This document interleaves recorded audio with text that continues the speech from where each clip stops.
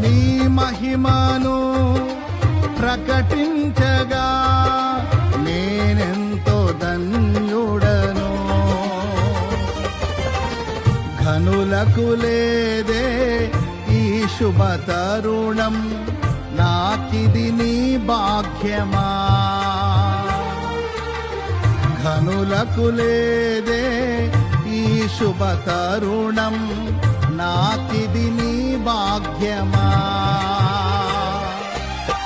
జీవితమంతా నీకర్పించి నీ రుణమునే తీర్చనా. జీవితమంతా